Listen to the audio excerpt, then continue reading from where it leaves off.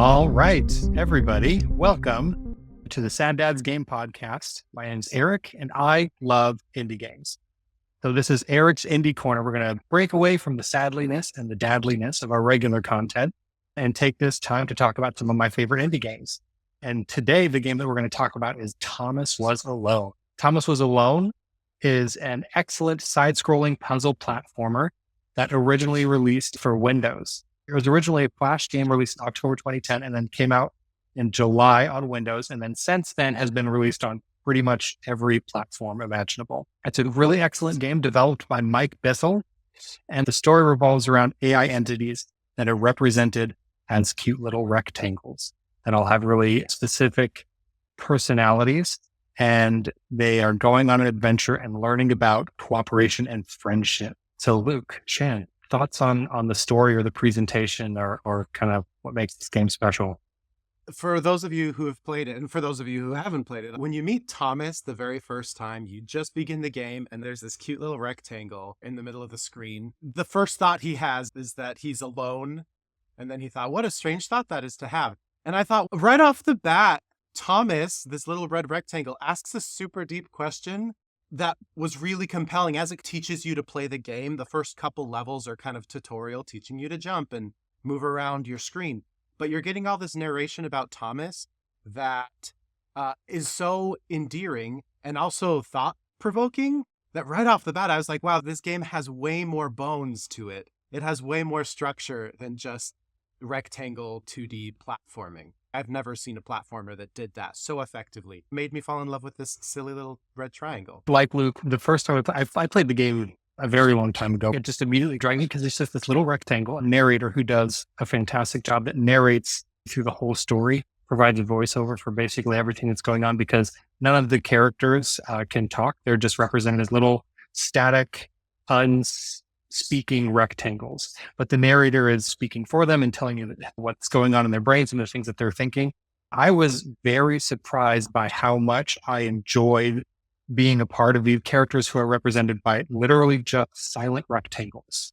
The narration and the writing is so sharp and clever, and it makes you really want to know what happens to Thomas, Chris, and all of these other rectangles that get together and on this little adventure. On that note, I love that they chose to just have a narrator rather than give voice to every single quadrangle in the game, because there's something that's so personal about the narrator who's able to tell us, the player, the thoughts of the quadrangles. The narrator references the thoughts that they have about each other, but also the way they communicate. Like it mentions how Thomas giggles every time another quadrangle jumps really high. And those kinds of things make it even more personal because rather than these quadrangles telling a story at us, we get to hear the personal and private thoughts of each of these individuals, as well as their interplay with each other, which makes it even more intimate for me. Like when Claire thinks something that Thomas doesn't hear, that makes me feel like I'm having an intimate moment with Claire. And when Thomas is feeling and thinking things that the other characters aren't hearing him say, also makes me feel like I'm building my own intimate connection with Thomas that Claire doesn't have. I think that the narration is such a smart choice. So I haven't played this yet. I remember you playing this back in college, and I must have played like a segment or two. I never finished it. Until I did my research for this episode, I thought that the narrator was, I'm forgetting his name now. Dane Wallace? No, he's in the British version of The Office. Ricky Gervais. I thought that the narrator Michael was Stephen Merchant. Stephen Merchant is the actor's name. He plays Wheatley in Portal 2. He's in The Good Place. He's done a bunch of comedy roles. I have seen Jojo Rabbit. So Stephen Merchant is the super tall Nazi. He does the voice on Portal 2. Okay, so I've played Portal 2. I super did, but it's not. It's another very talented man named Danny Wallace. And here's my fun fact that I wrote down for this episode. I originally thought it was Stephen Merchant. It's a very talented actor named Danny Wallace, and he won a BAFTA for his performance. So kudos, Danny Wallace. Way to be. Well done, sir. Well done, 100%. Just by being British and being just naturally delightful in that way. I just watched Arrested Development last night. Episodes, that pod. Oh, yeah. And it's just like, they don't know that she's not neurodivergent because of her accent. Every American's just like, yeah, she's just quirky. I agree. Well, and it adds so much to the story and the characters and stuff. And he does a really great job. The visuals are nice, but very simple. The narration does a lot of the heavy lifting. So kudos to Danny Wallace. He does an excellent job. The narration is one of the big reasons to play this game. It's very solid performance, really delightful writing. So can't recommend that aspect of it enough. Superb. And then as far as the gameplay goes, really very simple. You play as a series of rectangles, sometimes switching between the rectangles or sometimes just playing as one at a time. And your objective is to get to the end of each little platforming section with all of the characters or one of the characters, depending on how many characters you control. But another thing that really surprised me about this game is how many different ideas they incorporated into the gameplay. It's not a super long game. It takes about 3 to 4 hours to get through. I feel like that's the right length for this game. As soon as I felt like them starting to run out of ideas, that's when the game ended. And so it was just the right amount of squeezing all the juice out of the simple moveset that they could. I feel like the best puzzle games are the one with the greatest constraints, and then they just explore it to its maximum capability.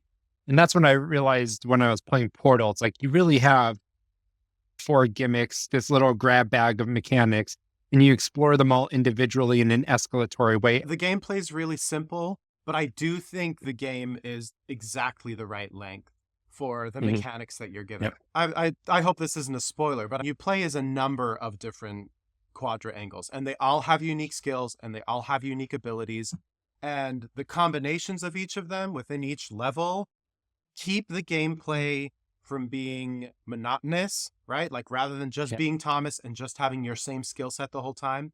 I think they do a good job of incorporating puzzles that make you think about how all of these pieces have to collaborate with each other in different and new ways each time, just long enough before it becomes stale. Although I will have to say, if you're a person who's really into platforming games, especially like the 2D platforming games, it's not 2D Mega Man or Metroidvania or Cuphead, right? It's not one of those platformers that has crazy high levels of difficulty at a certain degree. There's no traditional enemies in a sense. Like no one pulls out a gun and is shooting at you and you have to run away from bullets or dodge lasers. It's just puzzles that you have to overcome with the other quadrangles. While that doesn't make the game particularly difficult, it's still satisfying enough in a way. But if you're one of the platforming people who are looking for a game to play, yes, this is not going to scratch your super painful, this is impossible to play platforming itch like some of the Mario Lost levels. This isn't Lion King on the Sega Genesis. Oh my gosh. Oh my gosh. Ridiculous. Or Battletoads. Did you ever play the OG Battletoads? Yeah, it won't scratch that hyper difficulty itch. The music in this game, Chef's Kiss.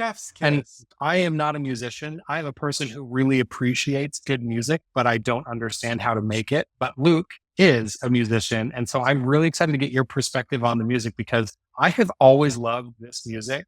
I listen to it while I work, while I drive. I bought the soundtrack. I just listen because it's great music. First of all, it makes me happy. Bravo. It's ahead for me. Yeah. Yeah. Okay. That's the very first theme you hear in the game when you're introduced to Thomas. It's lonely. It's melancholy in a way because it's so sparse.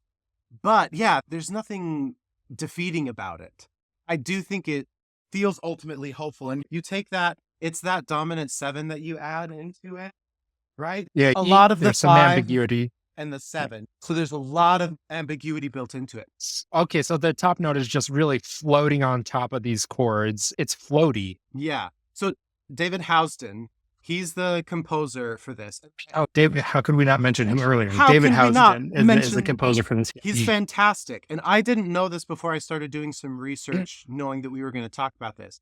But this was his very first video game. David said, "The soundtrack for Thomas Was Alone was my first project in the industry, and thus holds a very dear place in my heart. I remember writing it as a newly graduated student on a 2-octave MIDI keyboard on a second-hand copy of Pro Tools LE with a couple of pieces of software to my name. Being forced to work within such limitations brought a heightened focus on creativity and with it a very honest and personal end result. I never would have anticipated the journey it has led me on." And so what I love about that, like this is a full 88G keyboard here, and I do a lot of my composing from this, and I do it in Logic, and I've got libraries and libraries of software and virtual instruments at my disposal. So him describing that he did all of this on just 2-octave little MIDI keyboard. Takes me to something you said, Eric, earlier. We were talking about how restrictions breed creativity. I think this is a perfect example of that. Because he didn't have this huge flashy array of the whole virtual world of instruments at his disposal, he had this color palette and he decided, what can I do with this specific color palette? He probably didn't have a huge software library to draw from. But what I love about it, like that lonely piano, which totally makes sense. You can play this on only 2 octaves. And it uses exactly 2 octaves of the keyboard. He used a very contained color palette, right? There's homage to a lot of 8-bit music and sound in the game. Like when the characters die, when they fall into an obstacle or something and have to go back makes to this like one point. really crunchy, pixely 8-bit sound that it really, yeah, it's super satisfying and it's retro in a way. It's paying homage to a whole generation of platformer games similar to this that came before it, but it melds some of that 8-bit sound into the music. And then on top of that, it adds some more modern elements like that lonely piano that's got a lot of reverb under it. And it's got a lot of delay in space that's evoking the aloneness of Thomas at the beginning. Yeah. But then you add in guitar, you add in other electronics, more color gets introduced to that soundtrack.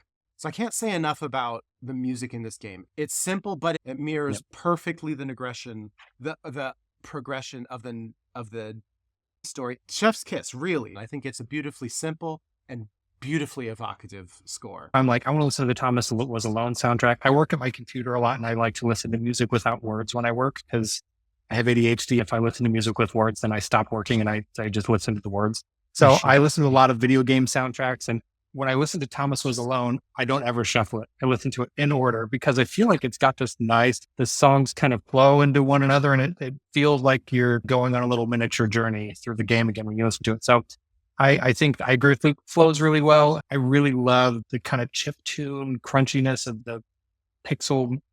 It sounds like pixelated music is the best way I can describe it, mixed with some softer orchestral themes. And so a big fan of the music. And I feel like I've undersold the visuals here. I am an visual artist. I really like to create art.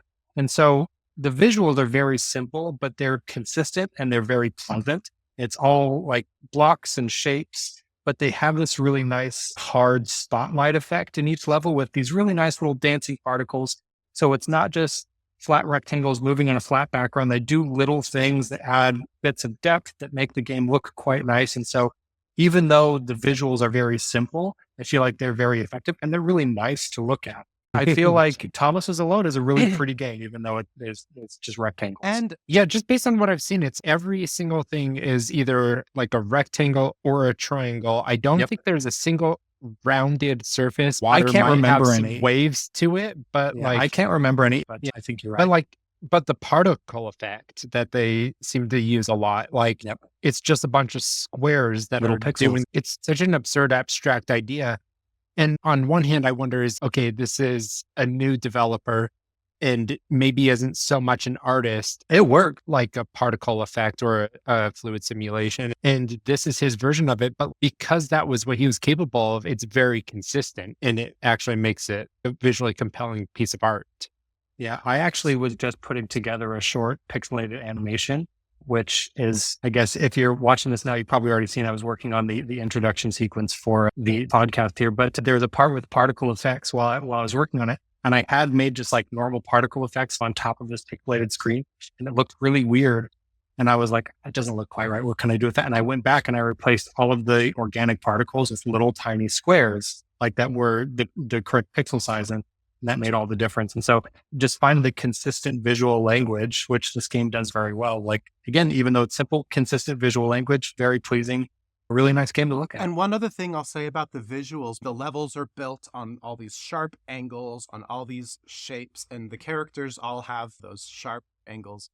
There's this effect with the light in the background that is so beautiful. Like when Thomas jumps through a piece of light in the background, and the way that the shadow builds and works around him, that's a beautiful attention to detail that adds a whole lot of depth to what otherwise might have been a much more shallow interface, since they're all two-dimensional characters in a two-dimensional world. Like adding the background and the layers in the background was pretty cool, but then adding the light effect off of it adds a whole lot of depth to the field, which is really satisfying. Yeah, each level has a really nice spotlight that's fixed in a different spot for each level, and Thomas will cast a shadow across the rest of the level based on where the spotlight is. I'm curious, what do like the characters' shapes and sizes reveal about their character, and how do you distinguish between them because of that? I will say that I feel like the game does a really good job of using visual shorthand to communicate the differences between characters and their strengths. For example, one of the characters is a much taller rectangle, and he can jump much higher.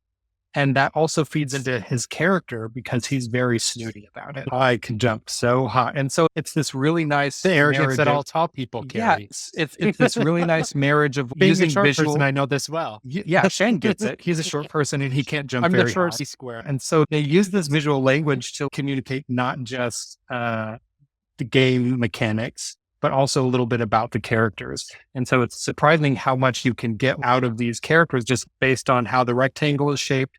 And that informs some little bit of their personality. Yeah, the color of each of them tells a lot about them too, right? Because there's Thomas, who, this isn't a spoiler because he's the very first one, but he's this red rectangle. You meet other rectangles of various shapes and sizes. He's the alpha.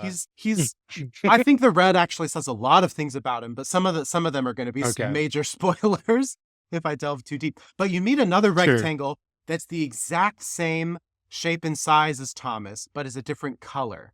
And that's really cool because... Very cool. But it's cool that you meet another rectangle that, as opposed to all the other rectangles that are their own shapes, sizes, and colors, you meet another one that's the same shape and size as Thomas, but is a different color and is a vastly different character. And so the color is really effective for telling you what these characters are like as well. Excellent. I think just to cap it off, really love this game. Highly recommend. One of my favorite moments is when you meet that really tall character for the first time. I really think that his character is just delightful. I really enjoy every interaction with that particular character. That might be one of my favorite parts of the game is when you get to interact with him. How about you, Luke? Favorite parts of the game without spoiling? So 2 things I want to mention without spoiling too much.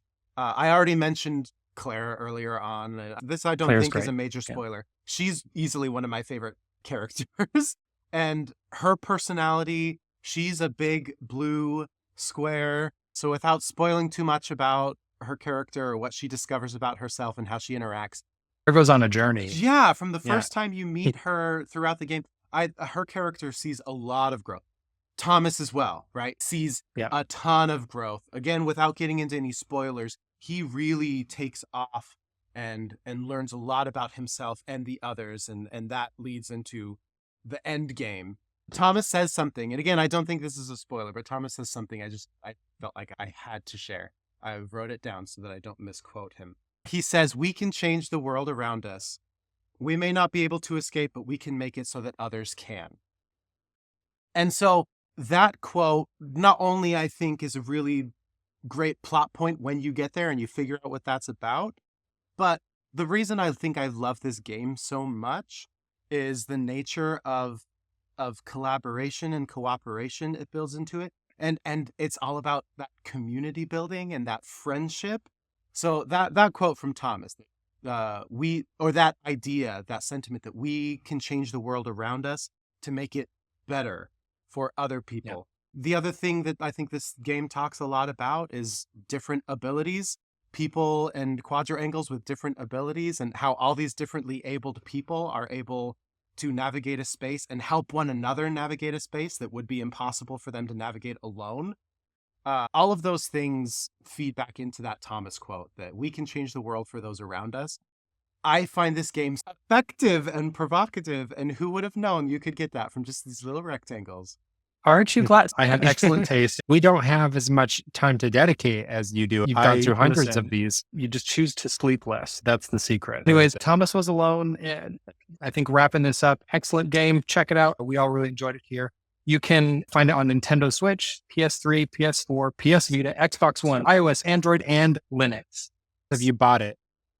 I bought it on Xbox 360. I bought it on Switch. Twice. And I think I bought it on when I had an Xbox One forever ago. I bought it on there too. Basically, every time I get a new console, I just buy them again. I was getting in this trap with Resident Evil because they keep porting them. How many times? Just gotta Resident keep buying Evil them 4? again. Yeah. Yeah, These I've idiots been- will buy the same game over and over again. So yeah, you can check it out on those platforms. It sits at $9.99, which is a bargain if you ask me. Probably a lot cheaper if you go on like Steam or something. But yeah, it's friggin' good stuff. Check it out. This has been Eric's Indie Corner, and we'll see you next time.